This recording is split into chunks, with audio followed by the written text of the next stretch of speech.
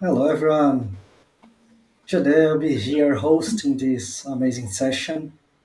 And today I have many friends. So, hello, Pedro. How are you? Hello, I'm the top here. But yeah, I'm good. I'm good. It's nice to be here. We are gonna have like a very, very strong host today. Oh, a strong guest today. So I think it will be an awesome session. Yeah, for But the sure. host, like that you mentioned, he is also strong. Thank you. And keep going. Hello, Chila. How are you? Hello, Tiago. Hello, all. I'm fine, and I'm looking for today's conversation with Rafael and learning about how to build a successful Java career. Yeah, for sure. And following, hello, Hugo. Hey, How are you? Thiago. Fine, thanks, man. Yeah, I'm looking forward. I'm super excited to have our guest today. Lots of questions, lots of things we can ask because he's very experienced on the field, right? So yeah, Yeah, and you are in the audience. Please take notes and ask questions. I think this is very helpful for all of us. And last but not least, hello Igor, how are you? Hi, Tiago. Hi, guys. Pedro Tila, Hugo. It's always a pleasure to be with you guys here, learning. As Pedro mentioned, we have a very special guest. It's not every day that we have a Java champion, writer, mentor here. So we have plenty of questions for anyone of you that are watching us. Let your questions in the comment section. It's an opportunity to have them answered by a Java champion, and we'll be also contributing as well. Because as I have mentioned in the previous interview with a Java champion, we are all looking to become Java champions as well. Yeah, so I would like to invite our guest that is, like Igor said, he's a book author. He has an amazing book, Gold Lessons 100 Insightful Lessons. He also a speaker, a Java champion, and also my mentor. I'd like to invite Rafael Nero here. Hello, how are you? Hey guys, very happy to be here. Thank you so much for inviting me here. we want to Yeah, thank you for being here, man. it's a pleasure. It's a Yeah, pleasure to receive Especially you our here. university. very kind And words. Very kind words. Thank you so much. no, not for that.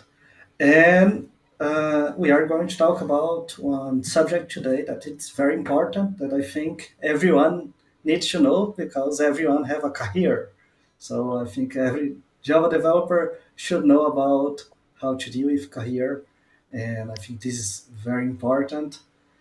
Yeah, And maybe I will can pass the word to you, and you can give a little bit of brief about it, about why this is so important, and maybe some key things about it. sure. Yeah. So, do you want me to talk career in general or something specific? Yeah, maybe you can start if you, before pass the word here in the audience. If you can put on the chat, maybe what is your level and where are you from? Because here you have people from many places around the world, so it would be nice. But Rafael, maybe you can start sharing maybe your experience and how you grow and maybe some key lessons you have learned about how to have a successful career as a Java developer. Sure.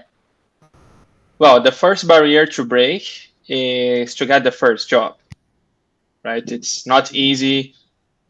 You have to, go beyond the knowledge you have from the college in most times. That was my case. My college didn't prepare myself fully to get my first job as a Java developer.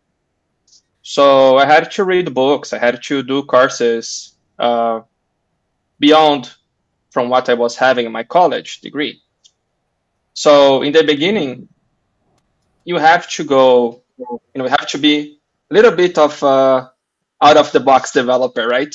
So like if you rely on your college entirely, you can succeed, but it's more difficult. So in my case, I didn't start with Java. I started with a very old programming language called Visual Fox Pro. And it's similar to Clipper, but it was kind of for object-oriented programming. Like I could use some of those concepts, but it was mostly structured. So it was kind of old, but it was, my first good experience with software development. It was an ERP software, and that helped me to understand many areas of a company. And I had also a very good exposure to complex SQL queries. That helped me a lot in my technical skills. The team was also mature. So I could work like in a mature ERP project. That was basically my first experience. But I knew that if I stayed in this company, it would be very hard in my career, right? Because I would have only one job. I would be only there. Because if I had only experience with Visual Fox Pro, like I would be basically stuck in that company. And then I said, okay, that's not good for my career. I need to make a move. And I really liked Java. Like I had my first contact with Java in the college. And people used to put a lot of fear on me saying, man, Java is extremely hard. And I was afraid when I said, oh man, Java must be very difficult. But, it wasn't that hard. It was a bit hard to understand how that sentence, public static void main, string args. I didn't know like all of those concepts. I just knew like basic algorithms. But, in the beginning, I just wrote the whole thing without understanding what was going on. And I liked it. So I knew that Java was the strong programming language in the market. And I got very interested in working with Java. It was my dream. Like when I was in college, I was thinking, oh my God. Like I was thinking, I can't believe this developer is working with Java. That's my dream. Oh my God. I was so like, for me, it was something so far away, like was mind blowing. I was thinking, oh my God, if I can work with Java, man, that's all I want. And then I said, okay, I have to make the move. And I got the certification book. I read the whole Kate Sierra book for Java certification from Java 6 at the time. It's quite old. But I really liked the book. I could learn many concepts, many important features from Java. And I had to learn myself. I did also courses in Brazil. And I did actually a Java course twice in Brazil. So I viewed the main concepts of Java and I reviewed all the same concepts again. It's good because, when you watch a course one time, like sometimes you might miss. But in the second one, I, really ingrained the concepts of OOP and many Java features as well. So in the beginning, it was hard. So I had to make my way. If I was relying on my college, forget it. I wouldn't get a job as a Java developer. It would be very hard because most of my colleagues in college, they already did a technical course. They were ahead of me. And I was thinking to myself, okay, if I want to be ahead of them, I have to work the double what they are working. And that's what I did. Like every day when I was reaching home, I was, studying a lot because I really wanted a job as a Java developer. So that's what I did. I knew it would be hard, but, I got the first job. It sucked because the manager wasn't good. Like the manager, he would humiliate everyone in the morning. So he would say, It "Hey, was a task, a morning task, humiliate everyone. yeah," No because he was a answer. bad Daily. manager. It's stand-up meeting. Okay, everybody stand Yeah, up and then Morning yeah, daily. yeah, but it was ridiculous because we didn't even have a Scrum meeting, and he would reach out to each one of us, and he would, humiliate each one of us because, in his mind, we were taking too long to deliver the project. And the business requirements, like, weren't in a documentation. It was in his mind. It was in his head. So it was a very bad company. And, like, the only way to know what you were doing would be to ask him, hey, what's the business requirements? And I was a junior, like I was a trainee. I wasn't even a junior, I was a trainee. And they were requiring us to work as senior developers. And it was a lot of pressure, like a lot of pressure. Like he gave to me a challenge, something to do. We were doing a digital book application.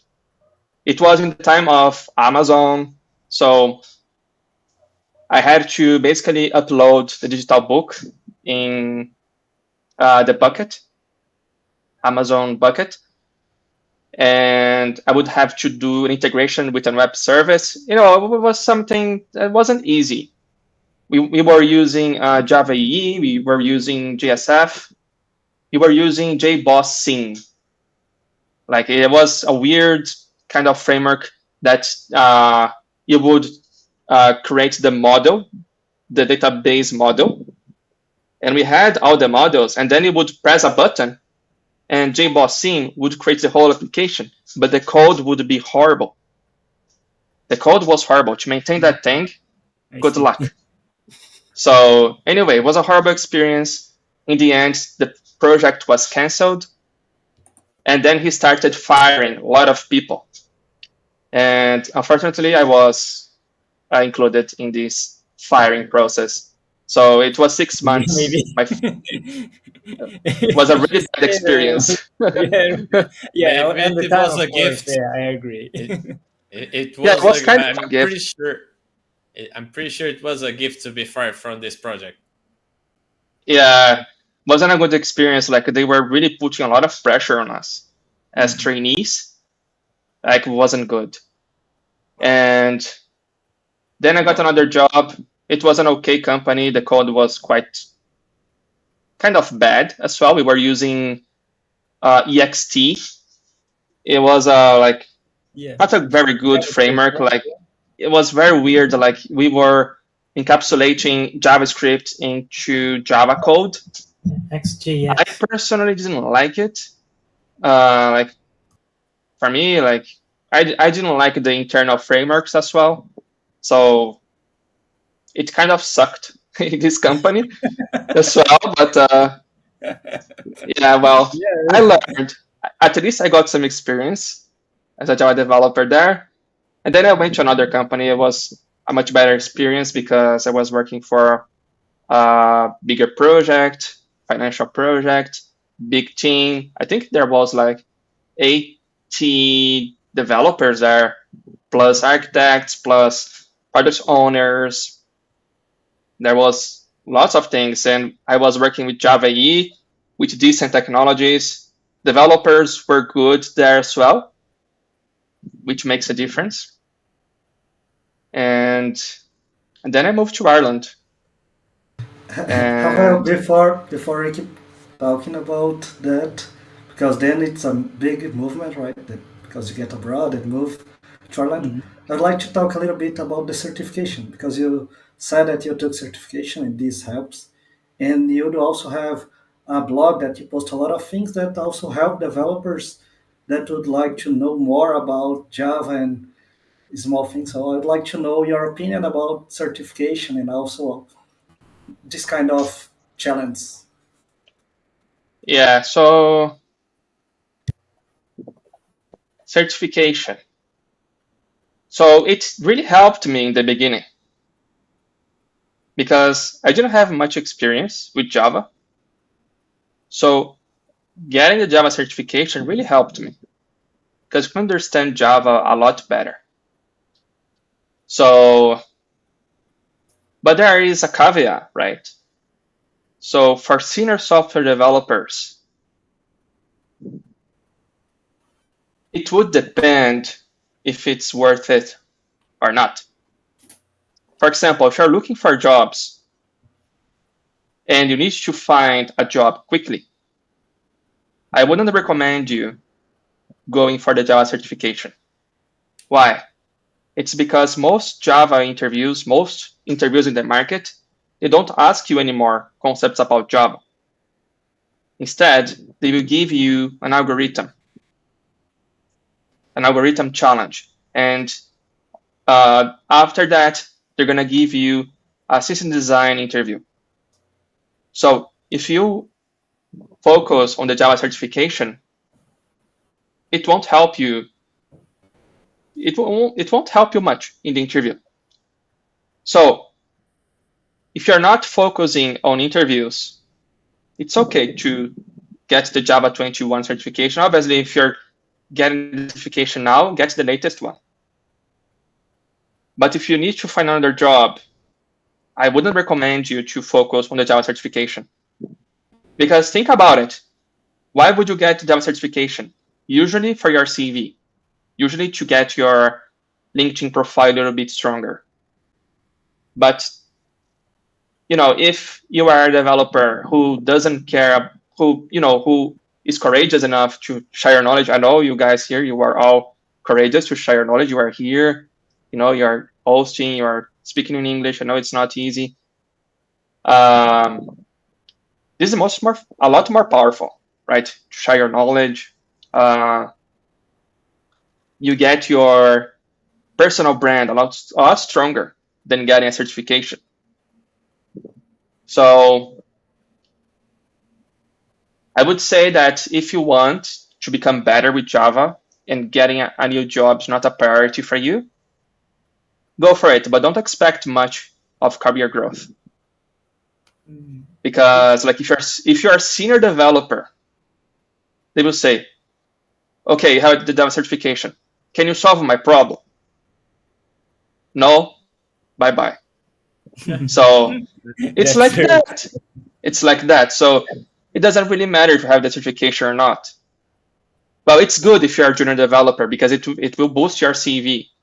But the thing is, can you solve the company's problem? This is the thing. When you are negotiating with the interviewer, you have to say, hey, I'm here to solve your problems. I have the certification.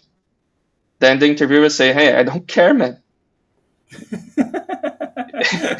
need to solve my problem, my friend. And yeah, go ahead. Sorry, go ahead. And the other thing is that, microservices nowadays, it changed a lot, the market. The programmer mindset doesn't work anymore. Like back in the days, it was enough to know Java, Java EE, SQL, clean code. It would be really good for the market. Mm-hmm. But nowadays, it's a lot about software engineering.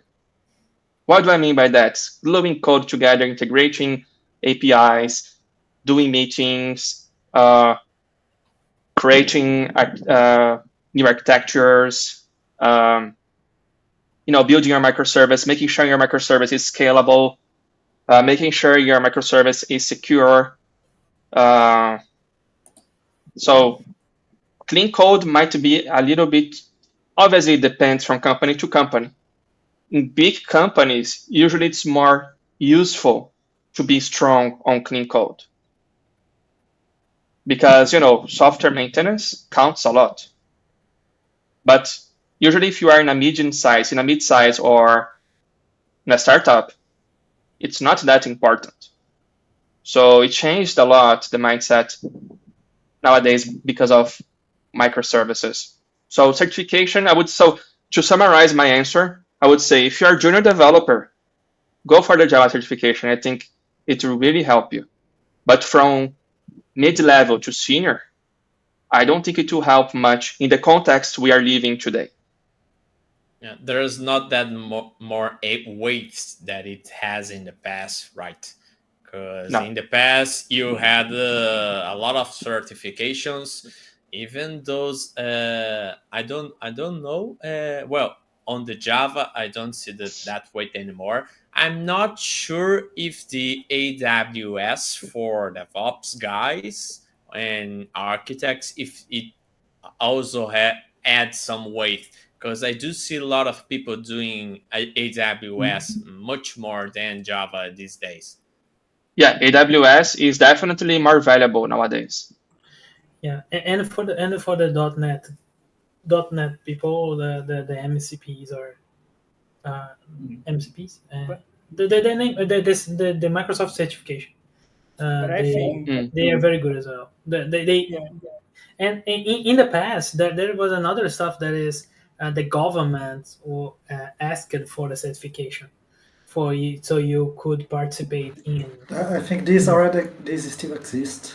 It still Yes, if exists for the you government, yes right? yes if you work for some outsourcing Some company. company that have some projects for public service, maybe having certification can help.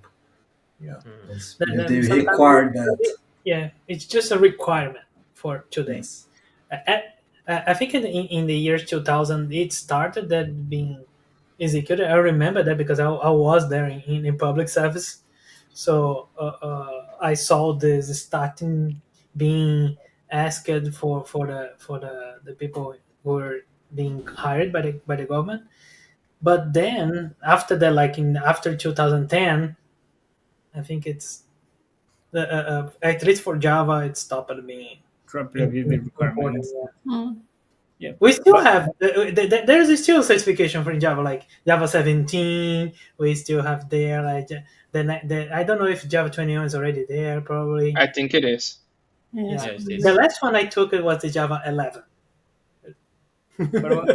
But one thing I feel very interested on what Rafael said is how things changed in the past and compared to now. When you said about sharing knowledge, I think I believe that a certification adds on reputation, but and in the past it was more difficult to build reputation, and certification was a way to actually you don't know the person, the guy, and certification is a way to tell them, oh, you don't know me, but I have a certification that you know that's valuable, that is difficult to pass, and I have it. And now we can if we don't take any of this certification, but we have a lot of project, a lot of experience, and we can share this knowledge. I think that's another channel, another way to build the reputation that wasn't accessible before. And I think and when Rafael just connected those things, oh, that's why the weight dropped a lot, because we can show reputation, we can start building reputation another way today, and in a much effective way, maybe instead of being Yeah. sitting and trying to pass an exam, you are building stuff, you are creating stuff, creating experience, connecting with people, real people to solve problems. So I think Mm. really interesting to have this this connection. Yeah, It's maybe. even harder, right? Because when you create the reputation, you share to lots of people. It's even harder to build this reputation instead of passing a test. Of course, if you pass a test, you're passing some tests that mostly the manufacturer, in the case of Java, it would be Sun or Oracle in the early versions. They did a test, so I'm proving that this guy has the certification, so he has proved that he has some knowledge on that version. Okay, but if you're writing about Java constantly, you're publishing code, you're helping out in open source codes, you're already doing that in a much more effective way. That's what I think it's not worthy anymore. Well, but Yeah, go ahead. go ahead, Hugo. Oh, sorry. So no, I just want to add that but I totally respect who have certifications in their background, because Absolutely. for me it's a big challenge doing certification. I'm not that person that is very good with doing exams. Since the college, I have to sit and study for long hours to get a good grade. So yeah, who have certifications, who are able to the discipline to study and get the correct concepts, like Rafael just mentioned it. You learn a lot of things that is structured, right? You It's not just the practical experience. It is structured. It's the whole view of the whole thing. So yeah, I totally respect who have especially those AWS architects, professional certificates. They are very painful to have all the details in the head to get the exam done. There's a lot I don't of know what you Yes, think and about that. it is Yeah, changing every week almost. If you are doing an oh yeah, AWS exam, then exam. you are working for it. You invest a lot of time, and then 1 week later, the exam changes. A lot of new knowledge is coming in. So that's the question: if it's still worth. Okay, Yeah. it's maybe an objective way to judge someone's knowledge, but it's not sufficient. Imagine like the certification for AI from last year. Oh man, yeah, that might be huge these days, right? Yeah, about Huge doing change. tests, I think that if your company pays the tests and give you time to study on that, go for it. That's Oh yeah, it. that's cool. Yeah. But if you're going to put a lot of money and effort on that without any return in exchange, maybe that's not worthy unless if you have a goal like Tiago mentioned, Pedro mentioned, that you need that certification specifically. But it was a fun fact, Rafael, that you mentioned. With for a moment, I thought that you were with me during my whole journey because I've started working on an ERP in a small company with a strange language. It was an ERP from Microsoft. Then I wanted to move to Java. I moved to a small company, very, very shitty. And then starting to try to go, but I didn't move to Ireland in that way. My moving, my international movement were remote. So you can also move in your career these days to other countries without moving your physically at at the beginning at least, and then you can move physically if you want. Like Pedro just did here. We have an example in the group as well. And because Yeah, you talk about that, maybe Rafael, you can keep going and keep talk about your career that you get abroad, and also how sharing was so important in your career. How this helped you to grow so fast. sure. Yeah, so I started sharing my knowledge properly in 2017. So I was sharing the Java code challenges at the time. So for those who don't know, what are the Java challenges?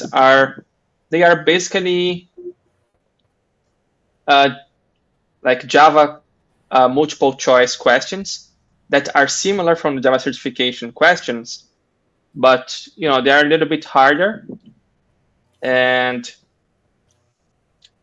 they also, yeah, basically I explore the most the Java features so that you understand the Java features by solving those code challenges. So that's the goal. So I started sharing those code challenges, and I also created a project called No Bugs Project at the time, and I was sharing knowledge to reduce bugs in companies, and I was writing articles about I think it was clean code, design patterns, things like that. And then I remember that the Java profile was like they created a project called 100 Days of Java. And then Bruno gave me the idea of sharing, of participating of this challenge. Oh, actually, let me tell this story from the beginning. So I was sharing an article about design pattern, and then the Java profile retweeted my article. And I felt, very obliged to, reciprocate to the Java profile and say, hey, how can I help you? Because that's amazing. Like I was, it was an amazing feeling to have my article shared by the Java profile. Like it was unbelievable. And then Bruno gave me the idea of participating in the 100 Days of Java project. And then I said, that makes sense. I have a huge project. So because the certification was very useful to me in that case, because I had a huge project, a huge Java project, and I was testing all the Java features I learned from the book. So I had lots of challenges already, kind of ready. So I basically just needed to do some tweaks in the project I already had, and I created 100 code challenges every day. So that helped me a lot to gain visibility because I was helping the Java profile, and the Java profile was always retweeting my challenges. So I gained huge visibility in the Java community. So, and I tell you that because in 2017, when I went to Ireland, I had the opportunity to go to Java 1 because of the Java code challenges, right? Because, I was giving talks, I was doing deliberate practicing, I was participating in the Saturday meetings. I think you have Saturday meetings until nowadays, right? I think Hugo is the host. Yes, I'm hosting. There's many hosts. Yeah, so we started the Saturday meetings. Yeah. So we started, myself, Rodrigo Moutinho, Dorival, who else? I think Scott also was there. Scott, yeah. So Sebastian. So there were many of us on those meetings, and every week I was presenting a Java code challenge, and that helped me a lot on my English. That helped me to understand how to present better and better. So my communication skills improved a lot in this process. And obviously, like I was gaining visibility. Like the more you do that, the more reputation you build up. So when you are consistent and people see that you are consistent, you gain trust. And then you are invited to, really amazing opportunities, and people respect you as well because they see, hey, this guy is taking action. This guy or lady is taking action. So that makes a difference. And so then in 2017, I had the opportunity to give a talk in Java 1. And it was very challenging to me because, it wouldn't be my first time in the Silicon Valley, my first time in San Francisco. But I was thinking, okay, I need to face this challenge because I want a job abroad. I knew it wouldn't be easy to get a job in Ireland. And I said, okay, I have to do that. There's no question. I have to invest. Okay, at the time I have to invest $5,000 or something. And I said, okay, it's an investment. I don't mind. I will pay that. And it was a good investment. So, and that's a good mindset to have. Like, when you invest in yourself, it returns, right? Obviously, the work have to be committed. But I had a really low salary, and even still, I had the mindset of always saving money because when I needed to use this money, I say, hey, it's here, let's do it. So that's a good mindset for every developer to have, because otherwise you are always limited. Your growth is always limited.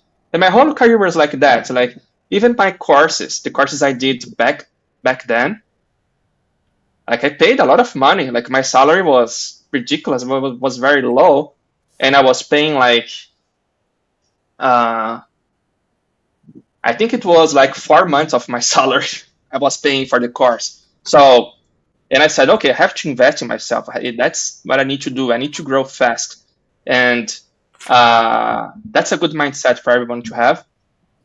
So yeah, basically I accepted the challenge, and I wasn't prepared at all. And that's another critical lesson I learned.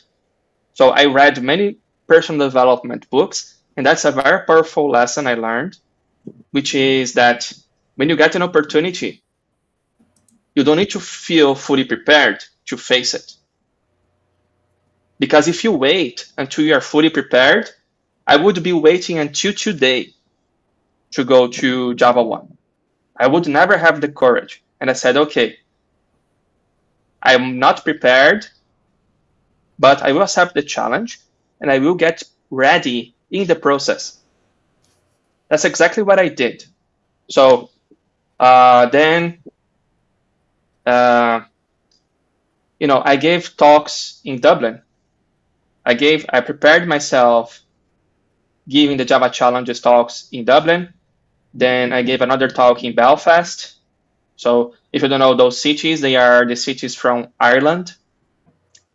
And I also gave a talk to So Java many years ago. It was 7 years ago.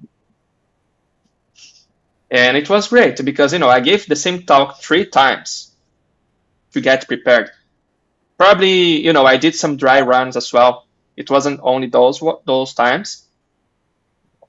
But I went there. It was an amazing experience. I met many Java champions. I went to Google parties. I went to IBM parties. I don't know, like all of those big tech companies. It was so cool. Like it was, when I went there, I remember that it was something like, it seemed that 5 years has passed by because it seemed I had exponential growth in this process. And the other great thing that I wasn't expecting at all was that the knowledge I shared before going to Java 1 was recognized by the Java champions. So I couldn't believe that because I was walking around at Java 1 and the speakers, they recognized me. They reached out to talk to me and they said, man, I love your Java challenge. So cool. And I couldn't believe that. It was mind blowing. Like it was, my first time in Java 1 and people like looking to me with big respect. And I said, wow, that's the power of sharing knowledge. So, Yeah. And sharing my knowledge makes the difference. And it's not only sharing knowledge, it's about strategy and focus.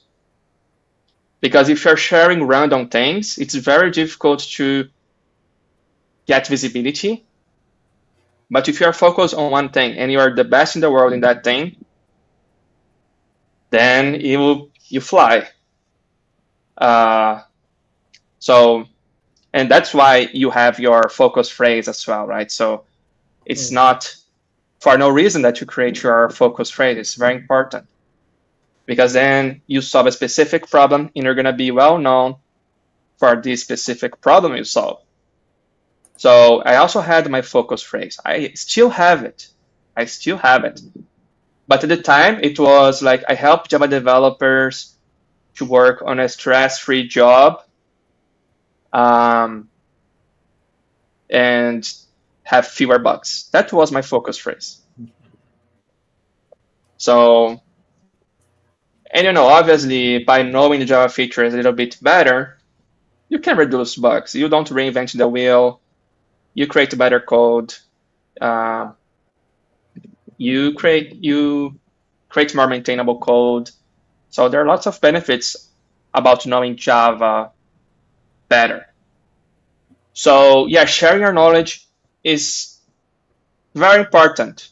It's very important. And sometimes when you're sharing knowledge and there is someone from a company who needs to have a specific problem solved, they might even hire you in the conference. Like you're giving the talk there and they see that you're sharing knowledge about a very specific thing of, I don't know, scaling microservices or making your microservice more reliable, more secure, whatever.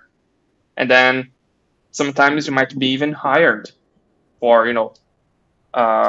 big companies when you're giving a talk or when you have your blog. Like when you have your blog, it's like having a super powered CV. And sometimes if you have a very robust blog, sometimes the interviewer will make you questions about your blog, and it might be the easiest interview you ever made in your life, you ever had in your life. So uh, it's really powerful, right? But you need strategy, consistency, and you need a specific focus, something that you're really passionate about.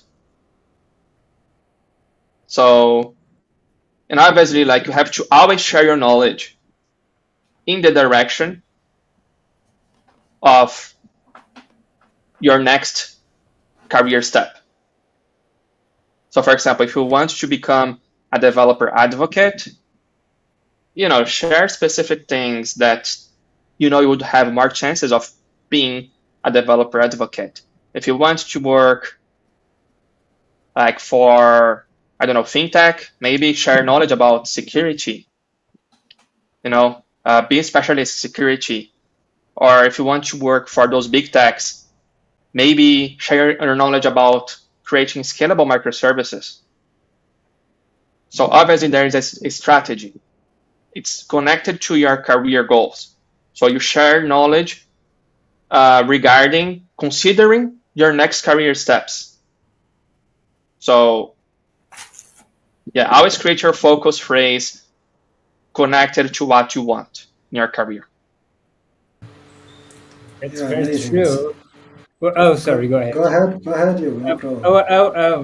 It made me think about there are lots of people I know that wait for get into the opportunity to start doing the stuff. Like, oh, I want to work with Java, but I will start doing Java stuff only when I have a work in Java, a job with Java, and doesn't start to actually program what else they can do right It's now. the So opposite, right? yeah, You it is need the to start opposite because before. you start yeah, it's the same idea of reputation, right? You start doing the stuff that you like, and then people recognize you as, oh, someone that knows that because you already do it and shares it, and then you get the opportunity to act. It is like acting like right, and that's cool. That's very important. I have things to ask about strategy, but yeah, but I will let Thiago go ahead, man. I would like to summarize that because I think this is many lessons that Rafael share now. So basically, by sharing things that you like to, probably people will recognize you and will follow you by that.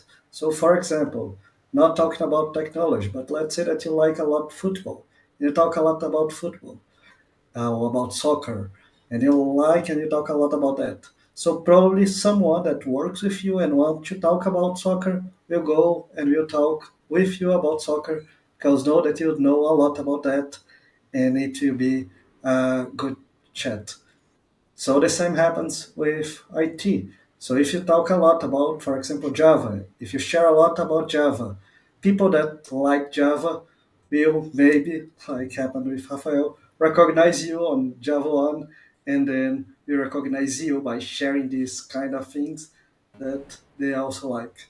So yeah, amazing experience, and thanks for sharing that, Rafael. Yeah, and just Yeah, connecting with you mentioned, Tiago, and what Rafael also mentioned, this also aligns a lot with what I do too. It's very fun fact. We have talked before about a lot about mindset, about personal development, right, Rafael? And this, if you see the content that I'm writing, I try to bring from my experience and the problems and the lack of a proper mindset that I had in the past that put me down when I didn't believe that I could, and how I have overcome that and helped those younger guys that didn't believe in then. And then you mentioned about consistency. I have a post that I've written about consistency 2 weeks ago, and I've written posts, of course, about Java because that's my daily work. I'm also a Java developer, but I'm also a guy that's very immersed with personal development, with coaching. These are my patents about that. We can talk about in another day. But the green is for emotional intelligence, and this is for strategy. You mentioned a lot about strategy, and that's really great to see again that I believe that what I'm doing right now, since you've mentioned, it's on the right path, and this is great for everyone. Probably everyone here is thinking about their own path, their own strategies, and if they're doing that in the right direction or not. If you're watching us too, and you should think about that as well. Yeah. definitely. Yeah. Go ahead, Go Hugo. ahead, Rafael. You are trying to say so for a while. Yeah, go ahead. No, yeah, yeah. Just to, confirm, yeah, Igor, it's one thing about mindset is that we developers, we are kind of, oh, we don't want that. It's not technical. I don't care about Mhm. mindset, but I also had this mindset before, even before I didn't like mindset. I had the mindset that only technical knowledge was important, and anything else that wasn't technical, I would totally ignore. I would say, hey, you're crazy. What do you want with this book? Like, it's not saying anything technical. I'm wasting my time here. And my mindset was like that. So, but then when I was, in this job in Brazil, I had fun in this job, but you know, after some time in this job, I started noticing the reality. Like, I started noticing the reality that developers who were entering this company after me, who had similar technical skills than me, they were earning the double, the triple, or the quadruple of my salary. And I was feeling so frustrated at the time because I thought only technical skills was important. And I was wrong, right? I was wrong because well, at the time I didn't know, right? I thought, oh, this is unfair. Like those guys, they have the same technical skills than me. Why they are earning 4 times my salary? This is unfair. But I had no idea that soft skills were very important as well.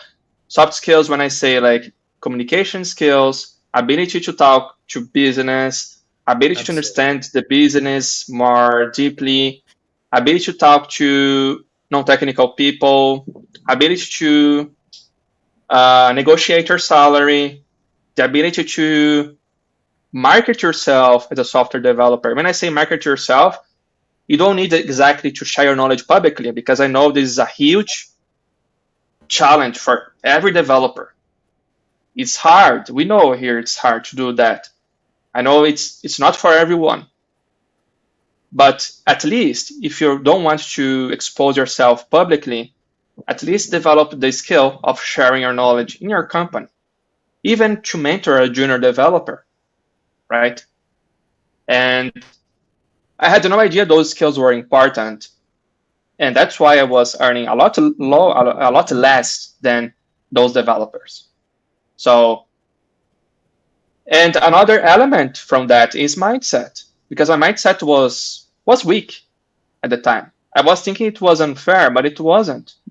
I didn't know what game I was playing, and I was kind of blaming the others, saying, "Hey, this is unfair." It wasn't, right? So they just knew more than me. They just knew more than me, and Word isn't fair. the world isn't fair. Yeah, it isn't fair, but it's For up its to own us good.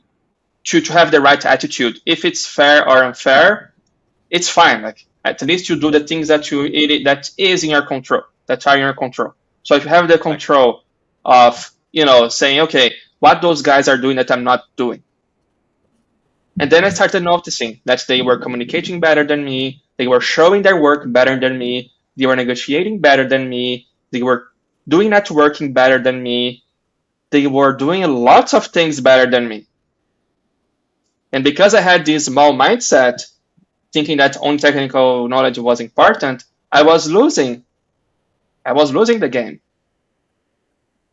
But then I noticed, after going to conferences, meeting mentors, reading books, then I noticed, okay, this is what I have to do. I have to work on my communication skills. I have to work on my mindset. I have to work on my negotiation skills.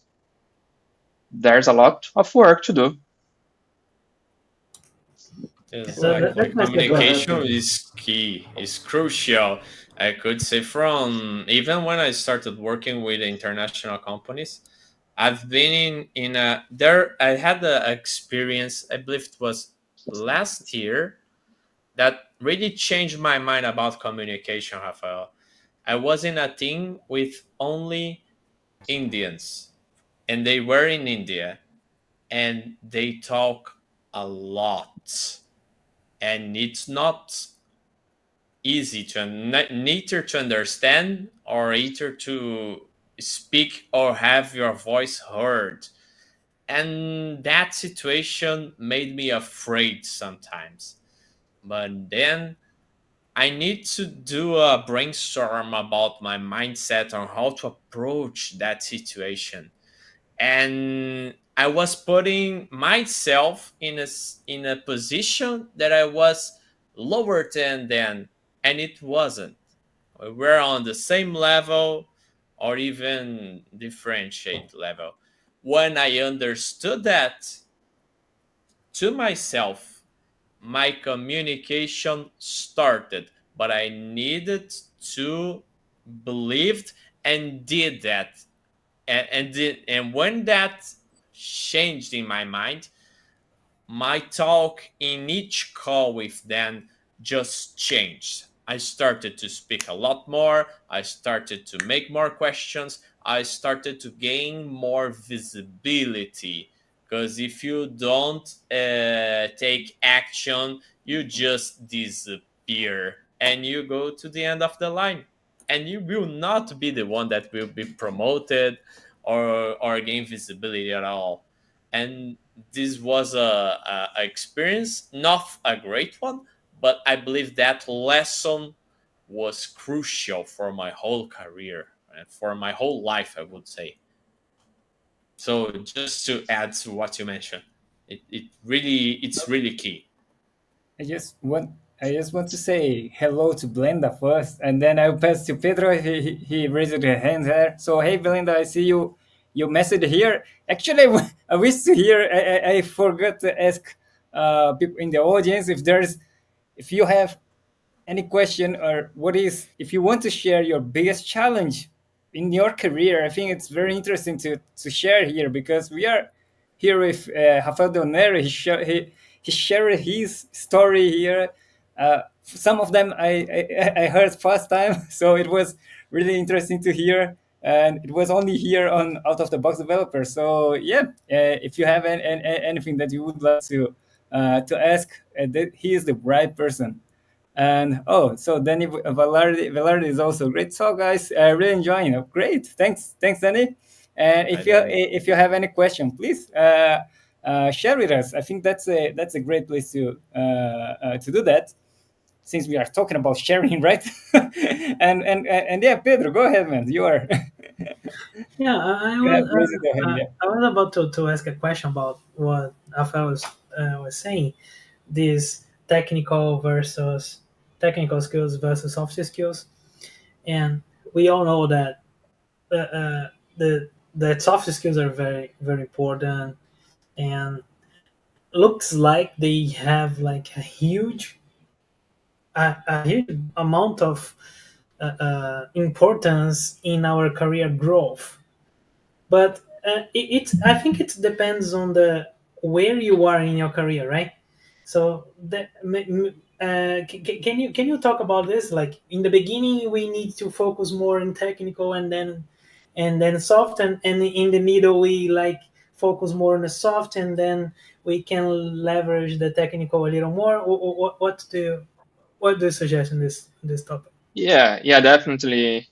In this case, Pedro, yeah, as a junior developer, you have to focus more on technical skills because you don't know much about technical skills, so you need to put most of your focus on technical skills. And then once you are an intermediate or senior developer, then the soft skills become more important. Obviously, the technical skills will be always important. It's an equation, right? It's 50% technical skills and 50% soft skills.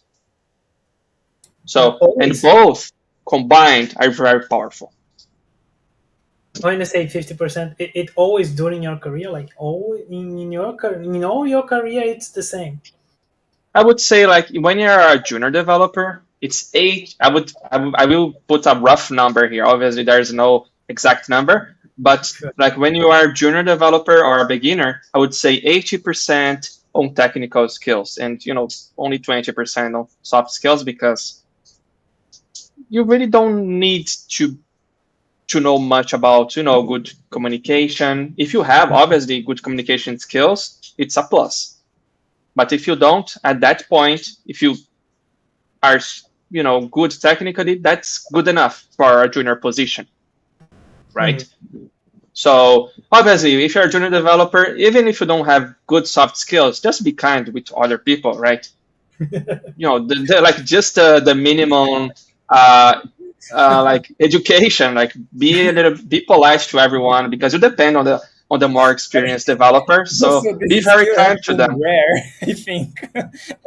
Uh, This skill also have been rare at some environment, right? yeah, the Yeah. skill of yeah, I wouldn't say it's a skill. It's complicated to say that, but just be kind, just be nice to people. Don't need to disrespect people, even if you are a junior developer, because as a junior, you kind of depend on others. And if you're not kind to other developers, they won't help you as well.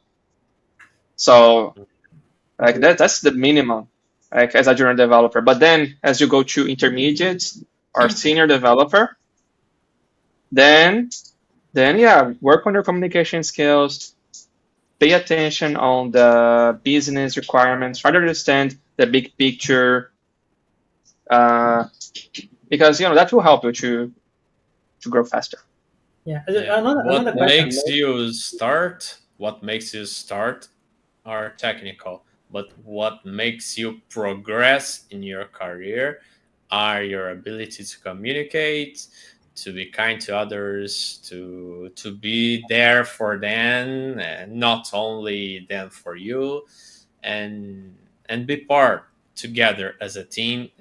You mentioned be kind at least, and the more you practice talking to them, talking to others, talking to strangers, making friends outside, better you will get at your communication. Of course, don't forget the technical. Technical, it's like the fuel in the car. but you also need to have the ability to drive, and these are the communication skills. Just to complement Rafael. Yeah, and the other thing is that your ability to market yourself Absolutely. is like a multiplier. So, and when I say the ability to market yourself, it's not only when you give talks in public or when you write articles to the public, it's also within your job. So, Igor just gave the example where if you don't speak too much on meetings, like you could do, very good work, you could create very good code, you could do very nice job, you can do very, very good work. But if you don't communicate that, it's like you did nothing. It's a bit sad to say that. Yes. Again, this is not fair. I know it's the world is not fair, but we need to understand how the game is played and do our best to play the game. And I don't mean knock down other people. No, just show your work with integrity. Not talking over someone else, not being disrespectful. Just showing that you did something valuable. It's not about boasting as well. Nobody likes someone who is talking about themselves. Say, hey, oh, I did that. Nobody likes an arrogant person. So it's not about that. It's not about boasting. It's just about integrity. Just saying, okay, I did that. I created this value. And if someone doesn't allow you to say, like, you have to be more forward and say, like, don't need to fight the other person, but you need to impose respect. Say, hey, I'm speaking here. In your turn, you speak. Like, Uh, It's uh, and, about being visible, right? it's and about just being Visible. visible. Yeah, just adding one thing about that. And if you share things, if you help others, maybe others will talk about you. So you get more visibility. So yeah. Yeah. yeah. The best case scenario is if someone else talks good things about you. But this is rare to happen in the job. It's very rare. So, which means that it depends on us to talk about our accomplishments. It communicate clearly. So, communication is not about talking too much. It's a lot about talking concisely in a way everyone can understand you. So, a very important skill is to be able to talk with non-technical people and technical people, to be the bridge between the business and technical implementation. That's a rare skill, and the market pays a lot for that. So, if you're able to translate the business into technical, you're gonna earn a lot of money for sure. Oh yeah. And what do you think about the leadership roles like tech lead or even staff? Do you think this is what do you think about it? Because many people, many of the engineers, they struggle to have to improve their soft skills. I think that's the truth, right? Yeah. So and and we can see that these kind of leadership roles are the when we look at the growth in the career, that's what happens. You it's hard.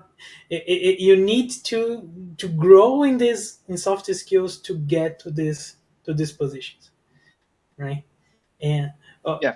what do you think about that? Do you think this is something that's normal, or this is something that it depends on the company? There are many situations on that because there were situations in my career where developers became a manager and they felt insecure. And it's normal, right? It's completely normal. But then usually when people feel insecure, what they do, they attack other people. So usually, when a manager is insecure, they will try to blame the developers always. And that's not the right approach.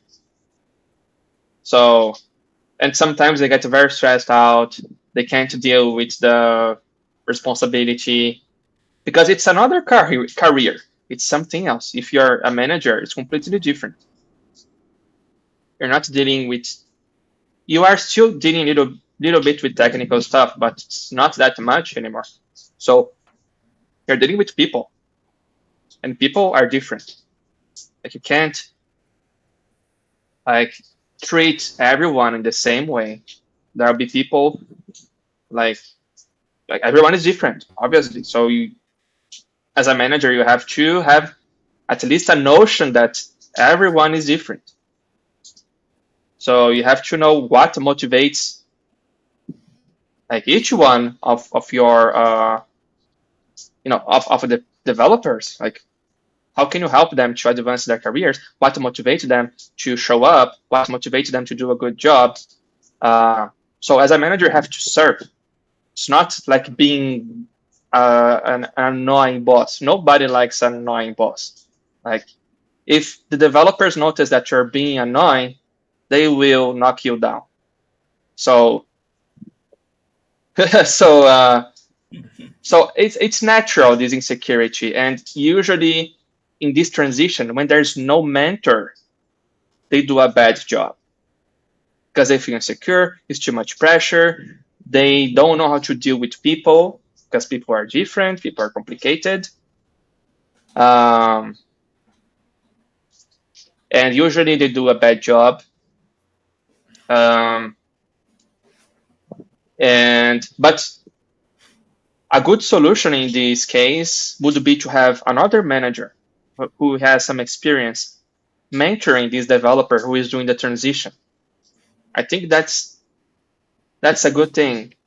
But it's a problem when the developer just become a manager all of a sudden, and then he or she has to deal with a lot of pressure with different people, and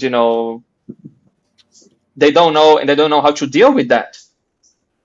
They get lost, they get insecure, they start attacking developers, and it's not a good experience. So I would say, like, if you like to deal with people, go to management. But if you don't like much, go to the staff. That's happens Staff engineer. especially if the developer has this mindset of only focusing on technical and forget absolutely about the soft skills that you mentioned before, Rafael, right? Yeah, it's complicated when you are a developer and you become a manager. If you don't have a mentor showing you the way, how to communicate, like where did you make a mistake, it's very hard. Then you have to learn by making mistakes, and like there's no one to mentor you. So and this manager is dealing with people, right? So they are making mistakes not only with the company, he is making mistakes with the whole team. I had one exactly. like that. Yeah, that happens. It happened twice in my career. So usually when developer becomes a manager, he or she, they are very insecure. Yeah. Struggles a lot. So, yeah. Struggles a lot. I can relate because it was challenging for me as well. I think the most difficult part is to when you are a developer and focusing on delivery stuff. So the delivery is your KPI and the way that if you deliver, you are good. But when you go to manager, it's not so clear this performance indicator, right? Yeah, a manager once told me that a good performance indicator for a manager is how many developers are leaving your team. If developers stay with you, it's because you're a good manager. If they leave, you're a bad manager. Makes sense. Yeah, I think that makes a lot of sense. I thought when those developers leaves because they grow and and find better opportunities. It could be, but if the manager is good, he'll say, "Hey, what's the problem? Let's negotiate. You need more Yeah, money." yeah, that's true. Okay. Obviously, like sometimes the manager doesn't have the power of, giving a huge raise, Yeah. but they can do something. They Yeah, can I at just least. mentioned it because I had some good developers that left my team, but because they got an opportunity and I Oh yeah. couldn't cover the salary. Obviously, there are other situations. There are situations where you can't do much because I know it's difficult, Yeah, like for managers to just all of a sudden just give a yeah, raise. And yeah, sometimes, like developers get the double of the salary, then yeah. you can't do much. And But It's yeah, very hard. sometimes even some developers earn more than the manager itself. oh yeah, Yeah, yeah. lots of cases like that. Mhm. These days, I think it's a pretty common scenario, right? Well, Yeah. Yeah. but yeah, Thiago, I think we exceeded also Yes. our time. And Yes, we are how do you getting want to the to? end. Yeah, And Dani share here that she has no questions, but she appreciates the chat about certification. I think we have helped her a lot. Thanks, Dani. And because you have no question on the chat, I don't know if anyone have a quick question. Otherwise, maybe we can pass the word to Rafael so he can share um, your contact. Rafael, how can we contact you? We have shared here the Java Challengers, the link, so everyone that wants to go ahead and try and learn more about Java, I really do recommend doing that. Open and try a little bit. You know that maybe you don't know Java as you think. There are some hard challenges, but yeah, okay. Where can we find you? Sure. So right now I'm doing a strategy conversation with intermediate and senior Java developers. So I can share the link here with the audience, and if the audience is interested, you can get registered to this career conversation, and I will help you have more clarity in your next career steps. So where can I share this link? you can place here on the private On the chat, so I private. can copy paste here on the live chat. Sure, yeah. So I will help you understand what are your career gaps and how to reach your next step in your career and to get better, to get a raise, and become a better software developer. Okay, That's so for amazing, man. those who are mid and senior developer, they can have one-on-one with you by going to this link. Yeah, you just Amazing. need to click and apply. It's for free. This 101. It's an amazing opportunity, guys. Yeah, Don't lose it. We had I'll to click have this myself. before, so we I can read to myself. tell people to say, No, "Oh man, you will win a one-on-one opportunity with Rafael here." Yeah, we don't, should know that before. don't wait for the best moment. The best moment it's now. It's like Rafael Yeah, said. don't wait. Yeah. I'm sorry for those that left before this moment, but now is the piece of the cake. So if you Yeah, stay here to the end, it's a really You earn nice. it. Go Yes, go for your one-on-one with this guy here. thank you so a really much. nice Yeah, if I just told everyone, say, hey, you need to wait. There's a gift in the end. Yeah. Yeah. Yes, our There's- Yeah. fault. We didn't Oh, know. Fiznik. Hello, Fiznik. Fiznik is my mentee. Oh, cool. Yeah, he just joined the Challenger Developer Mentorship. Amazing. That's And we also amazing. have George William said George. obrigado, obrigado, thank you. So thanks. Thank you. Thank you, George. So I think that's it. So Yeah. I left you Okay. for lots of questions, but okay. Next time, maybe we can. Can we invite you again, Rafael? For sure, yeah. Yeah, that's Yeah. great. Rafael, It's my pleasure to be here. A a live request, million. it's irrefusable, right? Yeah. But yeah, Let, let thanks a me lot. Well, go ahead. let me do you $1 million question in a second. How to Sure. become a Java champion, Rafael? Just by Oh yeah. sharing with strategy, or what can you Yeah. bring us more?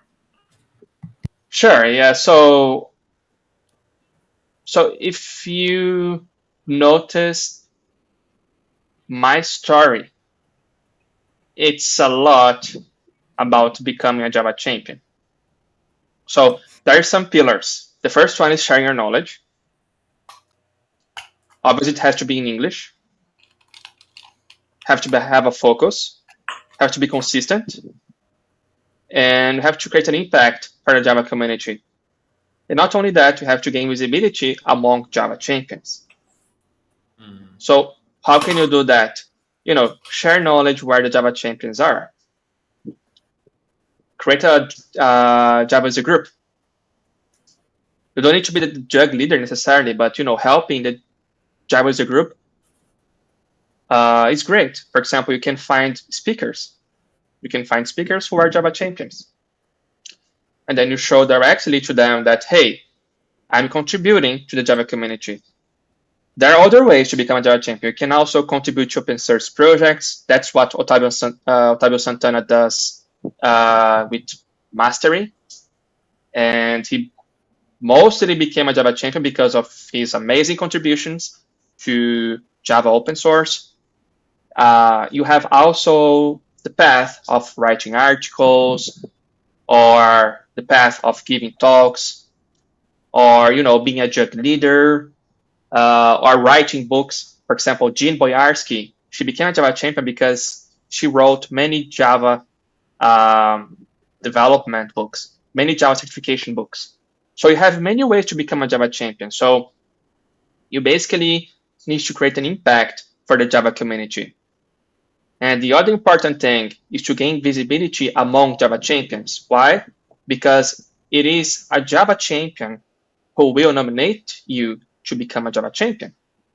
So obviously, your presence online helps, but it's also crucial to meet Java champions in person. So whenever you have the opportunity to go to an international conference, go and talk to every Java champion. And this is a bit hard. For example, I am an introvert. For me, it's very hard to reach out to people and talk to people I never talked to before. And I don't think this is only me. I think the vast majority of developers are introverts. So, but there is a golden question. If you're going to a conference and you don't know anyone, just ask, how is the event going? Just ask an open question. If you ask a closed question, the person will say, hey, yes. And the conversation died. So it's better to ask, hey, how is the event? How is the event going?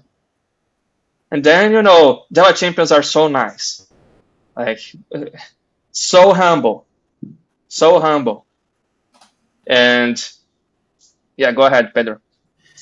Oh man, sorry, interrupt, but your form is asking for permission.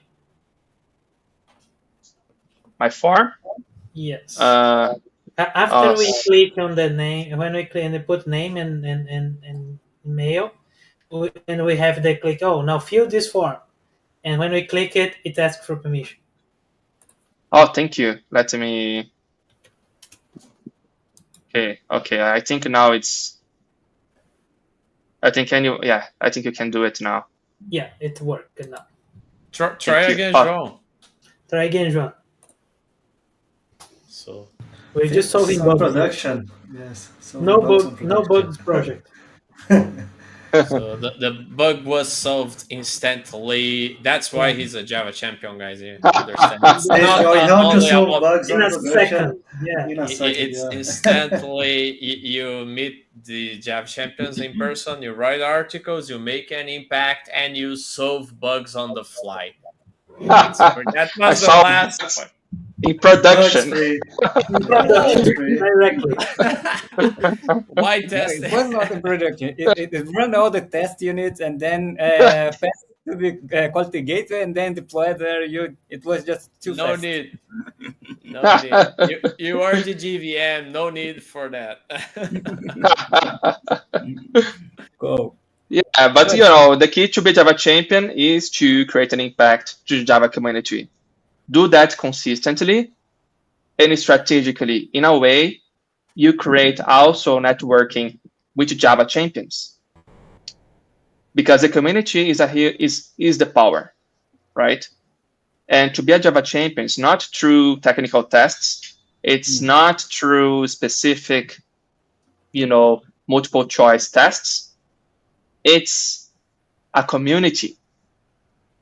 The only way to get in this community is to show your impact, the impact you are doing specifically with Java for the Java community. Do that consistently.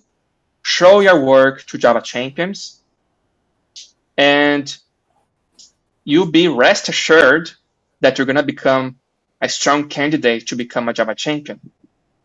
So go to conferences, meet Java champions in person, do networking, be nice with everyone, because we had lots of cases in a Java champions group from people who were very arrogant, who disrespected others, and they were denied. They were rejected. Yeah, it happens a lot. So, but I know that you guys here are very nice people. So I know that is not an issue for you.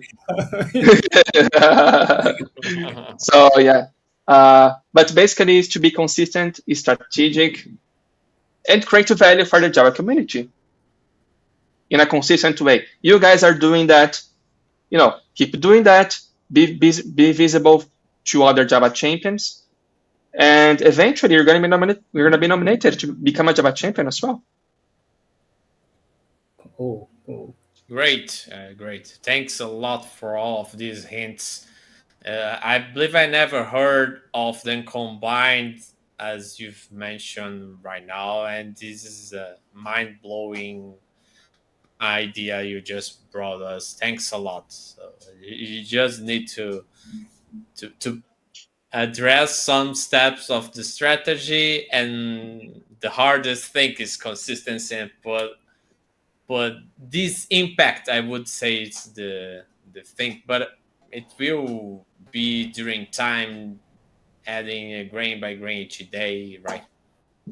Yeah, and the skills you develop to become a Java champion are invaluable, right? The skills to share your knowledge, the skills to give a talk, the skills to write a good article, the skills to write a book, the skills to create a course or to create this impact with the Java community.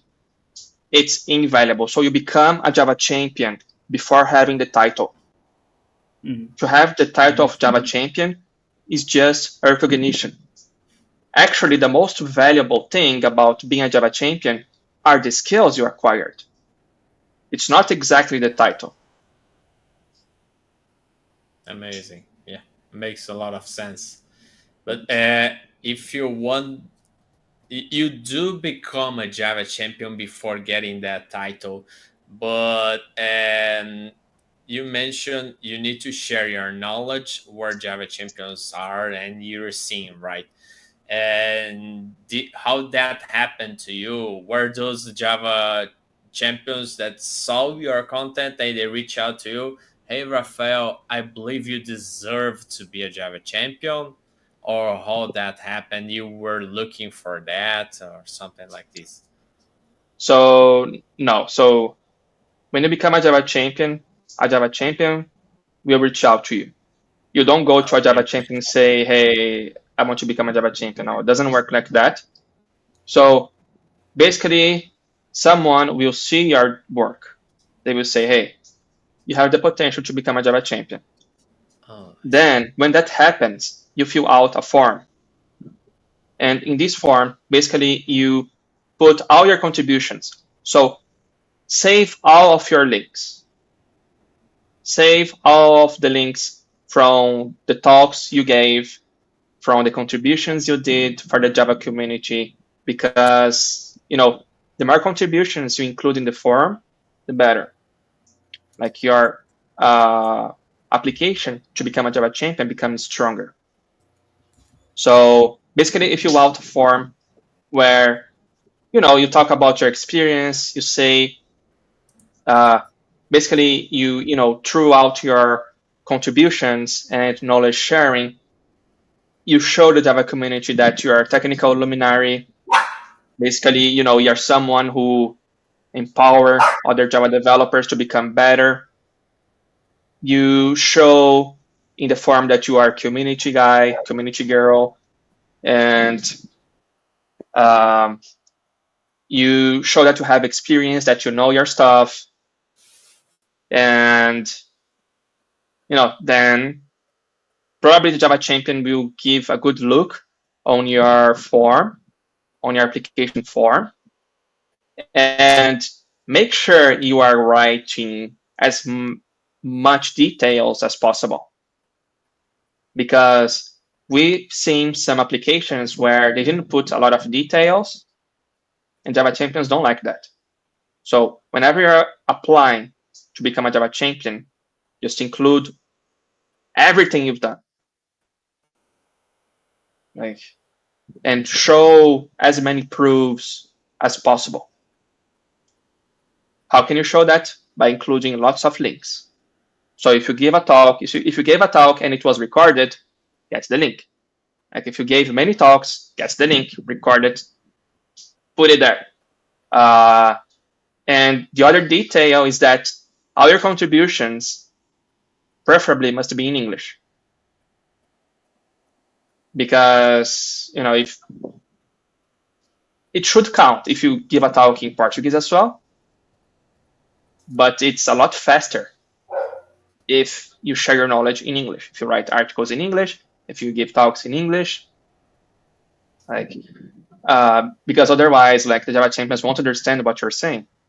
Only the Brazilian Java champions, and it's not only us who will decide if you become a Java champion or not.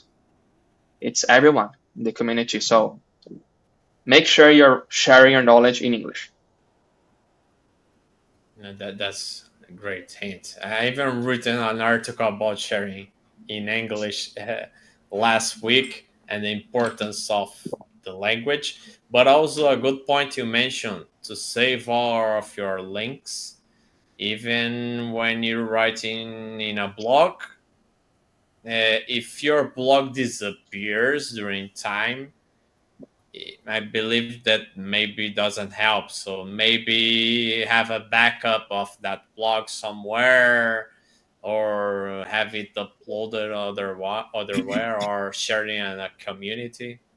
Yeah, but when I mentioned the links, I actually mentioned like the talks. For example, if you give a talk to a conference, Okay. like Not if you don't not save the link, not from the blog, because the blog you're gonna have your blog there. okay. So it should be You fine. mean external, right? External links.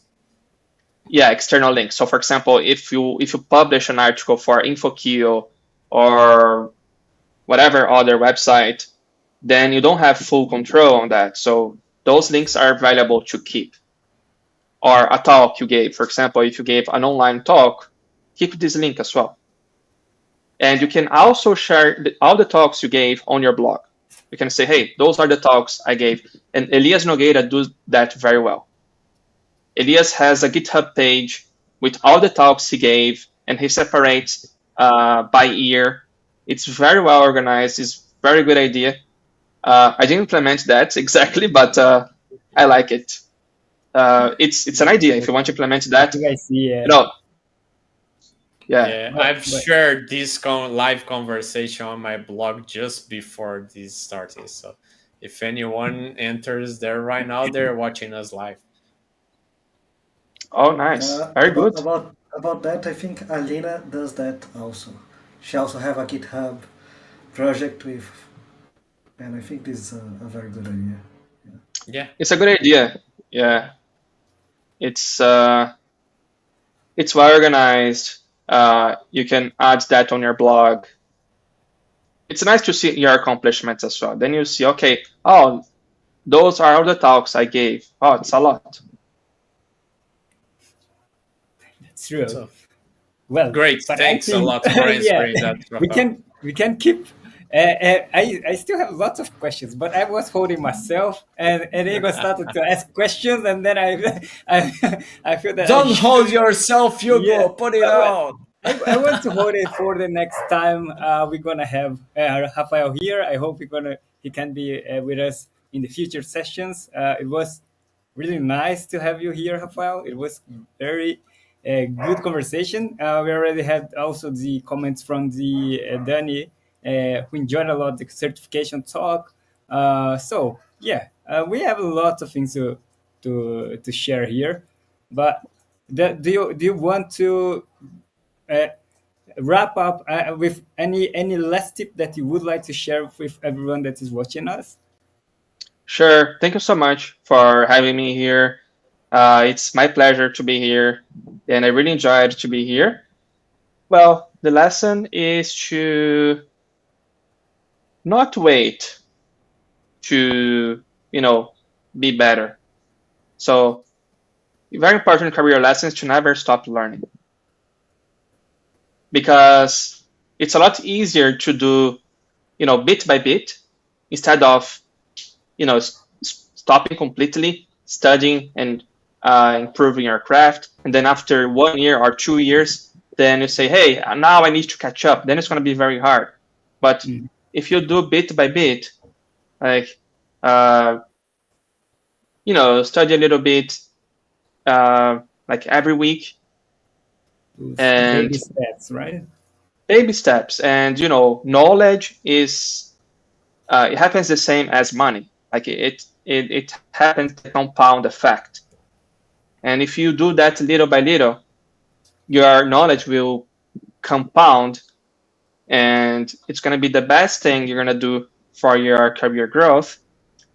And it's going to be a lot easier as well. And the other thing is to break your limits, right? What do I mean by that? It's basically to challenge yourself. For example, for me, it was very hard to talk with people, to communicate, but I had to develop those things, and I had to break my own limitations. So I thought that I was purely technical. Other people also told me, they said, Rafael, you're a guy who is purely technical. You want to go beyond that. So it wasn't only me who had the limitations. Other people also didn't believe in me. So then it was hard, but I broke my limits, and if I did it, you can do it as well. Like I'm an introvert. I was always difficult to talk with other people. So, but I had to develop those things. So basically, the lessons is to never stop learning, and to also break your own limitations. Perfect. Great tips. Mhm. Great tips. So that's it. Thanks everyone. Thanks for joining us and watching us. And yeah, if you like, please hit like button. Whatever channel you are watching us, we are in many different channels. And yeah, hope to Press the subscribe button. yeah, subscribe. I'm terrible with these these videos features, but yeah, please follow what Thiago says. Please subscribe button, and see you next. Thanks everyone. Bye Thank bye. you. Thank you, Thank Cheers, Rafael. you. Thank guys. you, guys. Bye bye. Bye Thank bye. you for watching Bye. us. See you next time. Yeah.